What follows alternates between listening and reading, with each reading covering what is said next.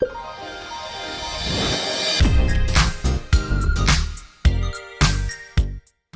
guys, welcome back to my channel. If you are a new subscriber, thank you so much for subscribing. If you're not, go ahead and hit the subscribe button. My name is Annette. I upload videos as often as I can now that I have a newborn at home. Yes, I do have a 3-weeker at home, and just her being in our lives is just enriched our lives so much more than it was before. She is just a precious little girl, and I always wanted to do this video while I was pregnant, but I was either too exhausted because I worked through pregnancy, handling high intense litigation.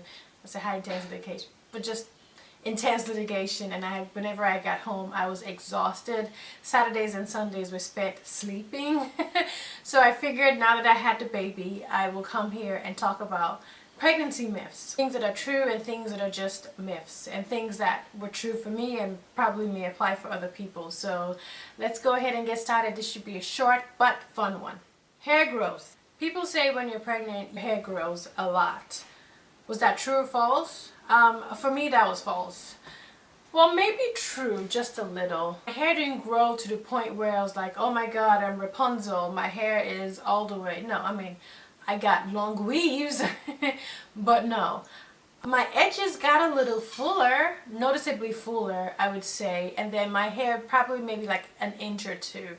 I have my natural hair, which I don't wear out just because it's very thin, and I just don't wear it out. And now don't come for me because I don't wear it out.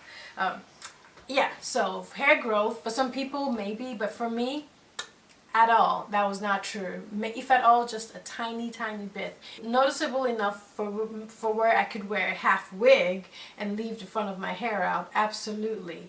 But it wasn't just 100% change where, oh, my hair is just Rapunzel and now I'm styling. Nah, did not happen. Number 2, melasma. Melasma is a condition that occurs in pregnancy where basically you produce extra melanin and your skin gets darker. Yeah, I had a lot of that. My neck belonged to somebody else. It wasn't mine. It belonged to someone who was much darker than I was. I developed more freckles as a result of the melasma.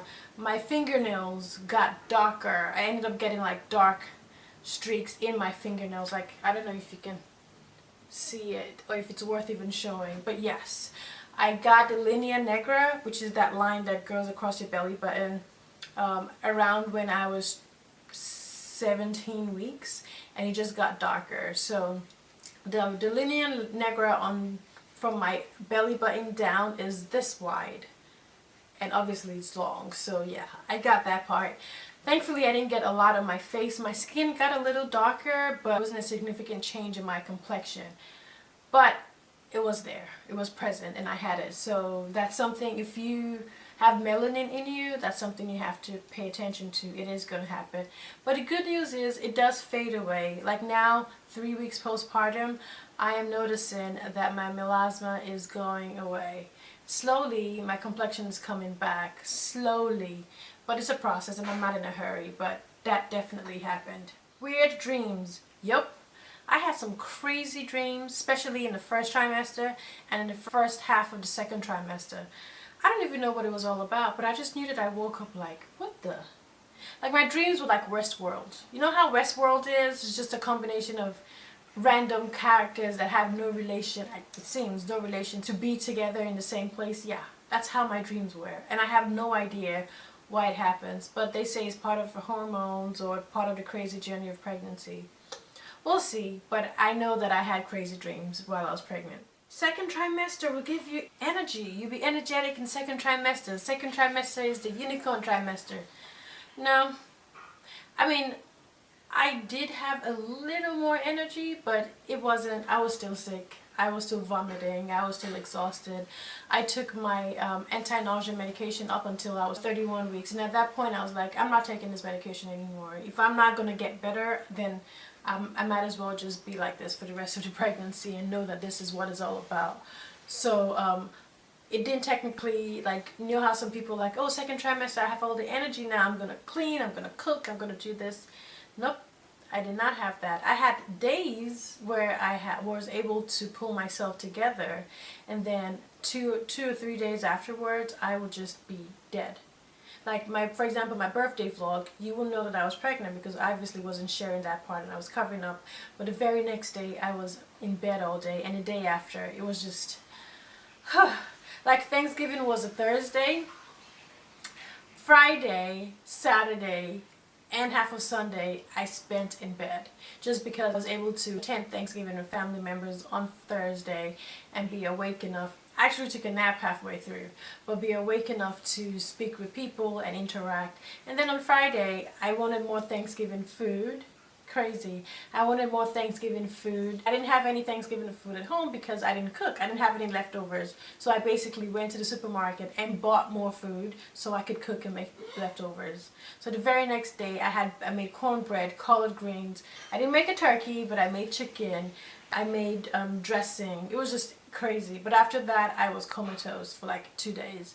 I know that was a little intense, but that was just a pattern. If I go out second trimester and when I come back home, I am exhausted. And so I don't know where that energy myth came from. For some people, again, it may be true, but for me, it wasn't. Pregnancy will go by quickly. It will go by so quickly. No. It was 10 months. And I didn't even make it all the way through to my due date. So it doesn't go by quickly. In retrospect, you may look back and be like, wow. Because now you have a baby, you can see the child, and you can make all crazy determinations. I'm like, oh, I wish I could have another one, or blah, blah, blah. But it does not go by quickly. Each day has its own challenges. You may have a migraine the one day, maybe throwing up the next day. You may have crazy food aversions the day after. You may be nauseous, you may be exhausted. And all of that just continues going on and on and on. So, no. Some people are like, oh, you have the best sex life. For me, that happened in the 3rd trimester. Not the 1st trimester because I was not alive. 2nd trimester, I was still kind of very sick and quite worried. 3rd trimester, I'm like, we've made it this far. Yeah, absolutely. Big belly and all, but TMI. For some people, they were humping like rabbits from day 1 through delivery. Kudos to you. That was not my reality. But 3rd trimester was fun. Oh, you have these amazing cravings. Nope. I just had more aversions than cravings. Now, things I fell in love with during pregnancy was probably just Nathan's hot dogs. That, I loved Nathan's hot dogs through pregnancy, and now I still like them. Gross, I know, but I like them. The baby wanted orange juice. I loved orange juice in pregnancy. I never really cared for orange juice like that before. Now I still do.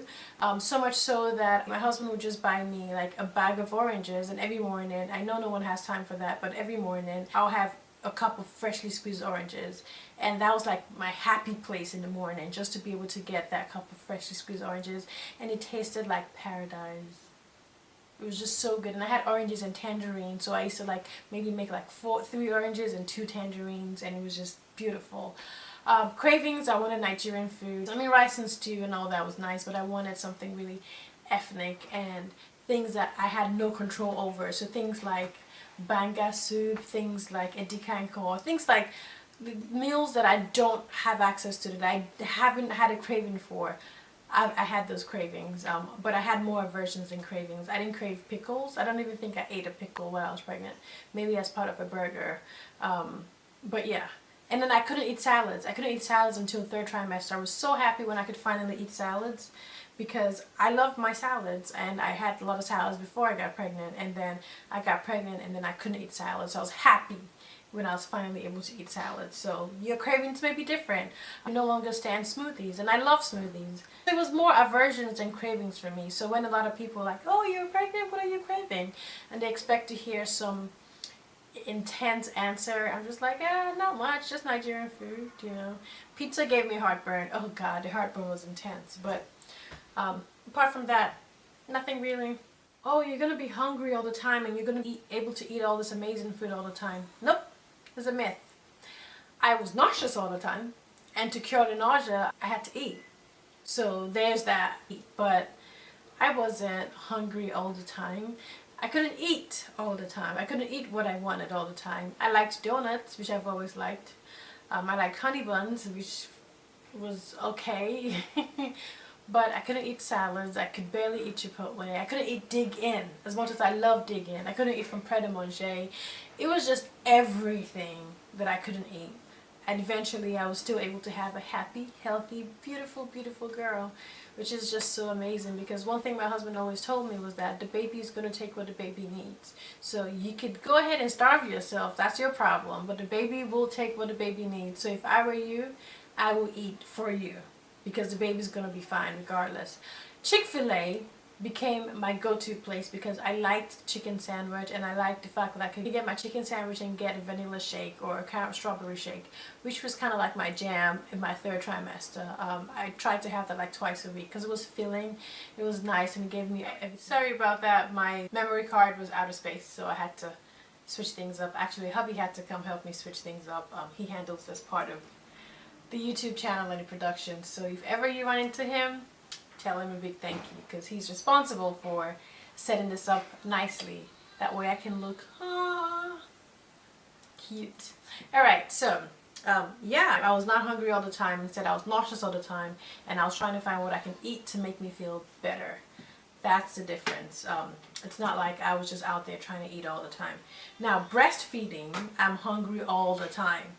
Like, if I don't control myself, I will eat every hour on the hour, just because I am breastfeeding and I need the calories to, I guess, produce the amount of breast milk that will sustain my child, and at the same time I'm pumping, but that's different. And I don't have any aversions or cravings. It's just that I am breastfeeding all the time, so as you can tell. Yeah. And then maternity leave. Some people think, oh, maternity leave is just a vacation. No, it's not. It's work. That's why I actually do want to do a video, a day in the life of a mother of a newborn, so you can see. Between washing the bottles, between, you know, washing and sterilizing the bottles, making sure the baby's fed, between doing that and then doing laundry, sorting the laundry. You're not going to sleep when the baby sleeps. That's a myth. That never happens. Making food for yourself. Making sure the baby has clean clothes. Oh, there's puke on this dress. The baby can't wear it anymore. Making sure the baby's okay. Making sure your house is clean. And oh, hubby's going to be on his way home for dinner soon. Let me try to make dinner for both of us so we can actually have semblance of a decent life and a coupledom while having a newborn. All of that takes energy. There's always something to do. I remember a friend of mine, a cousin of mine actually, after having her baby, she tried to be superwoman and like, oh, I'm going to do this, I'm going to do this, and then she passed out. She just couldn't handle it. She passed out. Like, it's a lot to do. There's constantly things to do. As I'm here, there's a schedule. When I'm done here, I'm going to run downstairs, feed the baby, and then make dinner, and then pump while we eat dinner. I have to also write down things that I need to do for the baby. All of that is before midnight. And then, oh, next thing you know, 2.5 hours time, it's time for me to feed her again. Then I have to prep the late night feed, because the feed between 2 a.m. and 4 a.m., she's deep in sleep at that point in time. So it's difficult for her to latch on the boob as much. So what I do is I get a bottle of breast milk already put together in an insulated bag, ice packs, and a thermos of hot water, and a cup, and a clean sterilized nipple. All that ready by my bedside, so when she wakes up at 4 a.m. in the morning or 3:30 and needs to feed, I have everything there, so I don't have to then go all the way downstairs. And then when I'm done with that, I'll feed her and burp her and make sure she's okay. It's one of the nights where she doesn't feel like sleeping in her bassinet, which is most nights. I have to get her out and worry about, oh, is she doing okay, is she sleeping well? It never ends. And this is me. I'm a newbie. I'm new at this. If you think that a woman who's taking time off to bond with her child, to care for her child on maternity leave, or a stay-at-home mom, they're not doing anything, they're not adding any value to the society, then try doing what they do, or try paying someone to perform all the difficult tasks they do. Then you realize that it actually is a lot. It's not a vacation or a walk in the park. And then the last thing I'll just say, it's your time, right? Pregnancy is a very special time in a woman's life. It's a very vulnerable time in a woman's life. My husband would think I'm crazy, but I didn't enjoy being pregnant. Well, regardless of the fact that I was sick the whole time and I felt like crap the whole time, I did enjoy being able to carry life inside me and feel life in me. My two favorite things while I was pregnant was just rubbing my belly morning and evening with a mix of coconut and shea butter oil, and just, you know, talking to my little baby, making sure she was okay, and also feeling her kick. When she started kicking was just the most amazing feeling. And then I started understanding the pattern of knowing that she was kicking in the mornings and then kick later at night, and it was just a beautiful feeling. I loved taking pictures of my bump. I never got to do my maternity shoot because, you know, life got in the way, but it's okay. So yeah, it's a special time in your life. Don't try to make your journey identical to someone else. What works for you may not work for someone else. Some people told me, oh, you need to drink ginger water, ginger tea, ginger chews, all of that to help your morning sickness. Never worked a day. But no one told me to take muscle milk, but I did drink muscle milk late at night because my husband recommended it, and it helped for the night leg of the nausea. So figure out what remedies work for you. Figure out what myths are just that, and figure out the things that are false, and just enjoy your pregnancy. Enjoy your time carrying your child. If you are going to check the gender of the baby before birth, great. If you, like me, are going to wait until the baby is born, that's also great. Your journey is unique to you, and just yeah, enjoy it to the best of your ability. Hope you guys enjoyed this video debunking pregnancy myths. If you do, be sure to give it a nice, huge, resounding thumbs up. And if you are new to my channel, welcome, welcome, welcome. I will catch you guys in my next video. Don't forget to leave a comment below, to subscribe, and hit the notification button so you can get notified whenever I upload new videos. Thanks for hanging out, guys. I will catch you guys in my next one. Bye, guys.